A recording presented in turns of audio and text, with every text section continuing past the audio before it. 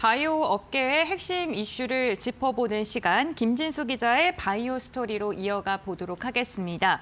오늘 두 가지 이슈를 준비를 했습니다. 제노스코의 상장 무산 이후에 오스코텍이 어떠한 움직임을 가져가고 있는지, 이와 함께 SK이노엔의 K캡, 미국 FDA 진출을 노리고 있는데 과연 블록버스터 기업으로 거듭날 수 있는지 이에 대해 기자님의 시각 들어보겠습니다. 이데일리 바이오 플랫폼 센터 김진수 기자 함께합니다. 안녕하세요. 안녕하세요. 네, 반갑습니다. 먼저 오스코텍 그리고 제노스코 합병 가능성에 대한 이야기를 나눠보고자 하는데요. 지난달에 오스코텍의 자회사인 제노스코의 상장 계획이 무산됐고요. 지금 한 달가량이 흐른 상황입니다.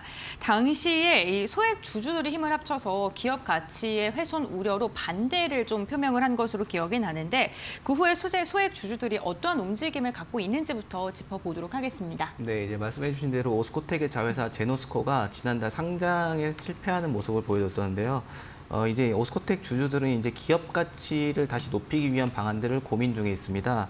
실제로 이 오스코텍의 자회사 제노스코가 상장한다는 소식이 들리면서 오스코텍의 주가가 굉장히 많이 하락했었는데요. 이후에 이제 제노스코의 합병 무산 소식이 있었음에도 불구하고 오스코텍의 주가가 다시 한번 회복하지는 못하는 모습을 보이고 있습니다.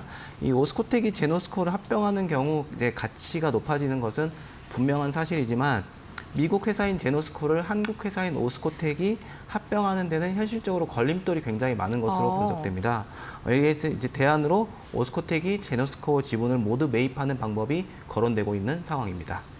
네, 오스코텍 소액 주주들 입장에서는요, 제노스코를 합병하는 게 기업 가치를 좀 높이는 방법이다. 이렇게 생각할 수밖에 없을 것 같은데 어떻게 좀 분위기가 형성돼 있을까요? 네, 이제 말씀해 주신 대로 소액 주주들은 늘 이제 합병을 통해서 두 기업 이제 오스코텍의 가치를 훨씬 높여야 된다, 뭐 이런 식으로 계속 주장하고 있고요.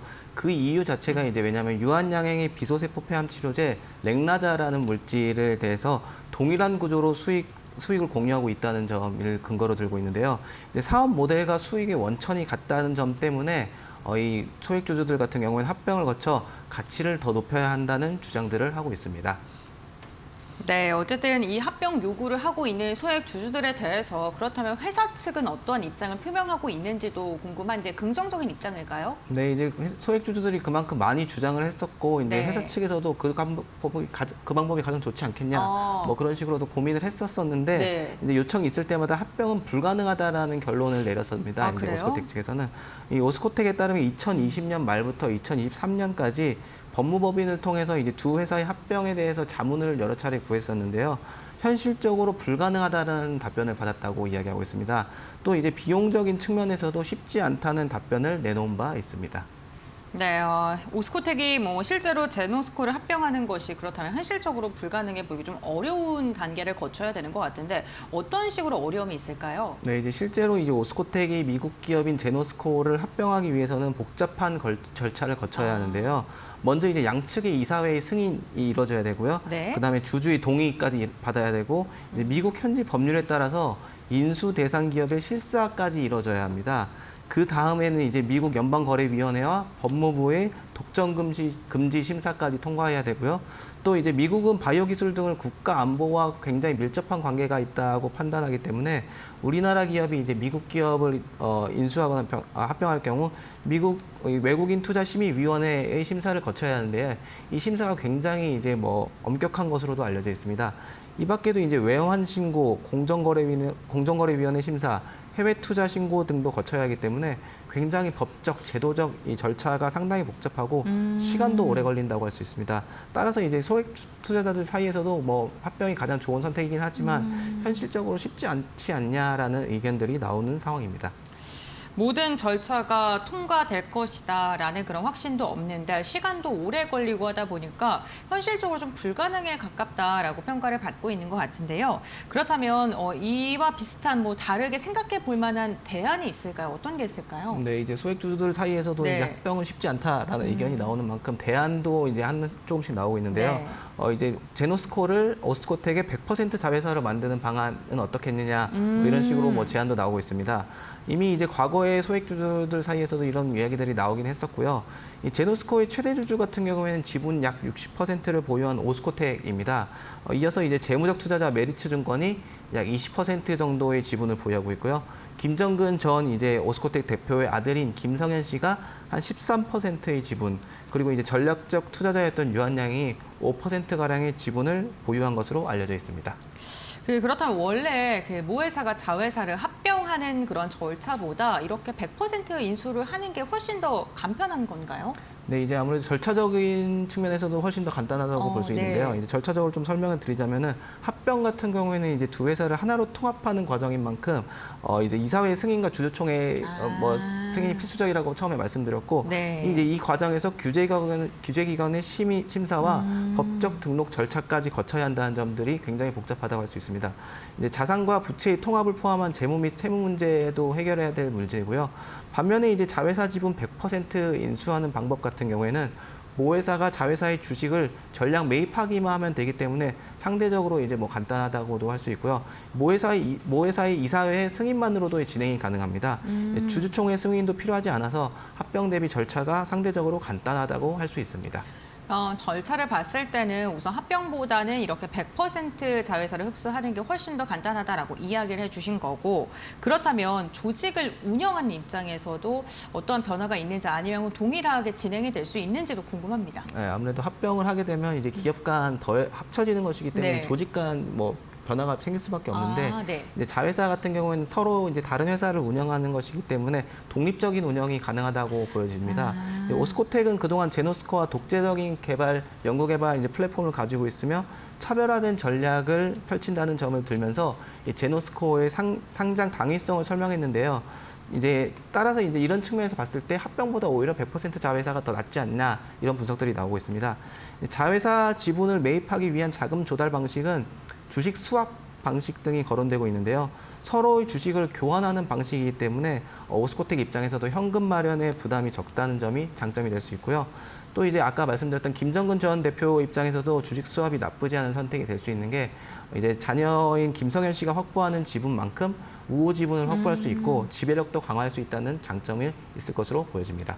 그럼 독립적인 회사로 운영이 되는 것도 좀 긍정적이게 평가를 받고 절차 자체도 상대적으로 더 간소하다라고 이야기를 해주셨는데, 그렇다면 제노스코를 100% 자회사로 만드는 방법이 지금 바로 실현 가능한지 어떻게 바라보고 계세요? 네, 아무래도 주주 입장에서는 빨리 하면 그러니까요. 좋겠다, 그런 의견을 네. 주실 수 있겠지만, 이제 제노스코의 기업 가치를 일단 어느 정도로 볼 것이냐. 왜냐하면 이 지분을 매입하는데도 어쨌든 비용이 이렇게 비율이 따져야 되기 때문에 오스코텍과 소액주주의 입장 차이가 좀 있을 수도 있고요.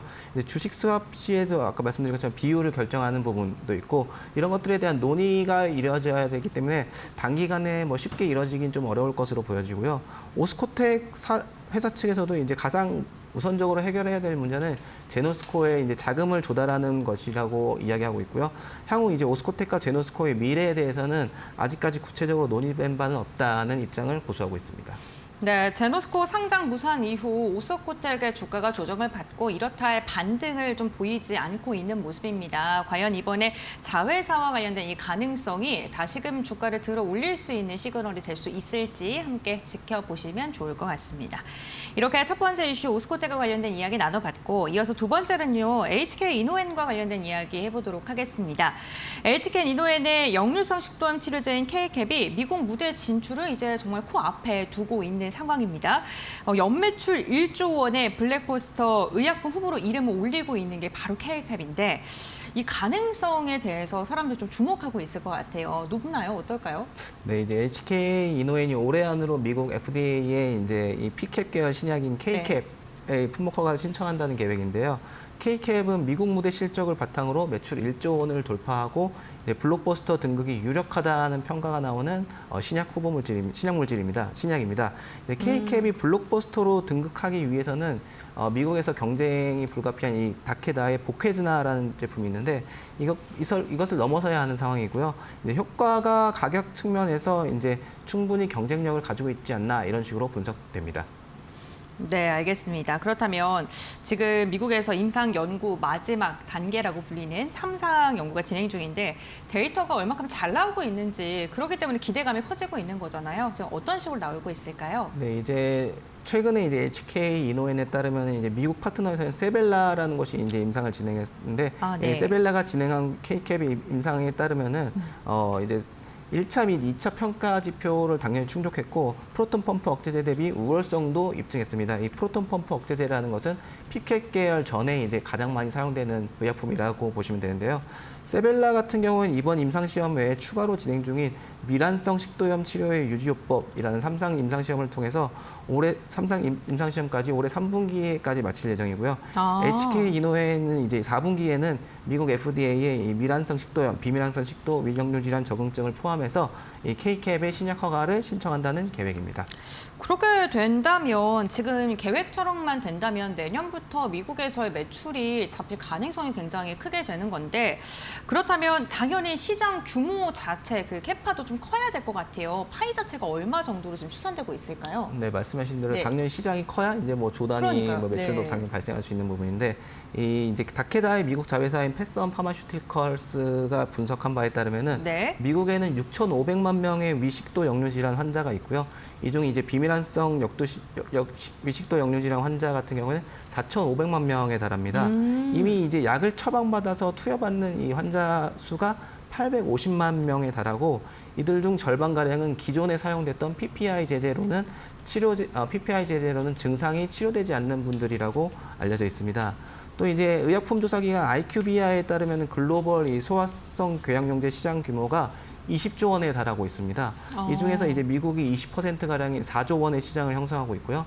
아직까지 앞서 말씀드린 것처럼 의약품을 처방받지 않는 환자가 의약품을 처방받는 환자보다 훨씬 많기 때문에 이제 시장이 훨씬 더 커질 가능성도 있고요. 이제 K캡의 가장 강력한 경쟁자이자 P캡 계열 유일한 FDA 허가 품목인 앞서 말씀드렸던 패썸의 보케즈나 같은 경우에는 2023년 11월에 첫 출시가 됐는데요. 지난해만 이제 미국에서 800억 원의 매출을 올렸습니다. 이제 피크 세일즈는 4조 3천억 원으로 예상되고 있고요. HK 이노엔 같은 경우에는 이제 현재 한국을 포함해서 미국과 중국 등 46개 국가의 이 K캡을 출시를 앞두거나 뭐 출시한 상황이기 때문에 이중 이르면 이제 2년 내로 블록버스터에 등극할 수 있지 않을까 이런 전망들이 나오고 있습니다.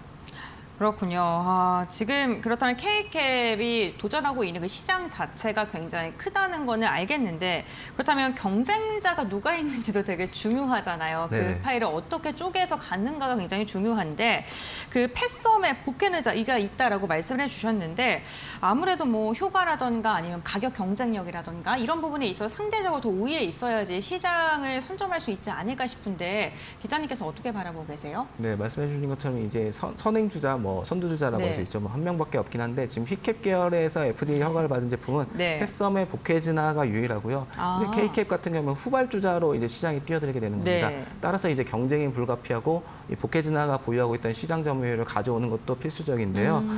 이제 먼저 K캡 같은 경우에는 이 효과나 데이터 측면에서 이 보케즈나를 압도하고 있기 때문에 시장 점유율을 가져오는 것은 어렵지 않을 것으로 보여지긴 하고요.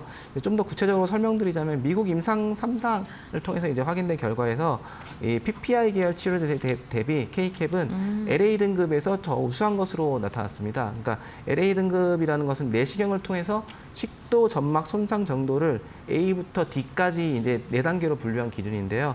A가 이제 가장 경미한 상태고 D가 가장 심한 손상을 의미하는데 이전에 이제 실시된 보케즈나의 임상에 따르면 보케즈나는 이 기존에 사용되던 PPI 대비해서 LAC, LAD 등급에서만 더 좋은 효과를 보였는데요. 이 K캡 같은 경우는 LAA 등급부터 D 등급까지 전체 등급에서 PPI보다 더 우월한 효과를 보였습니다. 따라서 이제 K캡이 보케즈나보다 더 경증의 환자에게도 처방이 가능하다는 점이고요. 따라서 이제 타깃 시장도 훨씬 더 커질 수 있는 부분이고요. 보케즈나는 또 이제 다른 측면에서 보케즈나 같은 경우에는 PPI 대비해서 가슴 쓰림 증상에 대해서만 개선이 이루어졌지만 K캡 같은 경우는 가슴 쓰림 증상뿐 아니라 위산 역류에서도 완전한 증상 개선 효과가 확인되는 등 보케즈나 대비 효과가 훨씬 더 뛰어나다고도 할 수 있습니다. 우선 뭐 사용 효능성과 비교했을 때 경쟁사보다는 훨씬 더 괜찮은 효용성이 발견되고 있다라고 이야기해 주셨고, 그래서 그 중요한 게 또 가격 경쟁력이거든요. 가격 경쟁력 측면에서는 얼마만큼의 우위를 가지고 있을까요? 네, 이제 K캡 관련 미국에서 영업과 마케팅 권리 역시 세벨라가 보유하고 있는데요. 세벨라 같은 경우에는 K캡의 가격 측정에서도 전략적인 선택을 할 것으로 예상됩니다.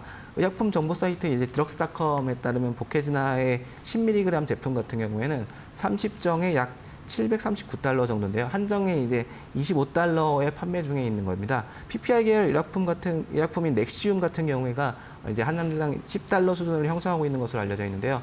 이 K캡은 두 제품의 사이 가격인 한 20달러 안팎의 가격을 책정해서 가격 경쟁력을 확보할 것으로 보여집니다. 실제로 이제 K캡의 국내 약가 같은 경우에는 한 정당 1,300원 가량인데요. 1,300원을 1달러 수준밖에 안 되는 상황입니다. 네. 미국에서는 최소 이제 10배 이상 높은 가격을 받을 수 있는 것이기 때문에 네. 향후 이제 HK의 매출뿐 아니라 영업이익 등에서도 큰 역할을 해줄 것으로 기대됩니다. 네, 알겠습니다. 오늘 김진수 기자와 함께 오석호텔 그리고 SK 이노엔에 대한 이야기 나눠봤습니다. 바이오 관련된 심도 있는 깊은 이야기 나눠주셔서 감사하고요. 오늘 말씀은 여기까지 듣겠습니다. 고맙습니다. 감사합니다.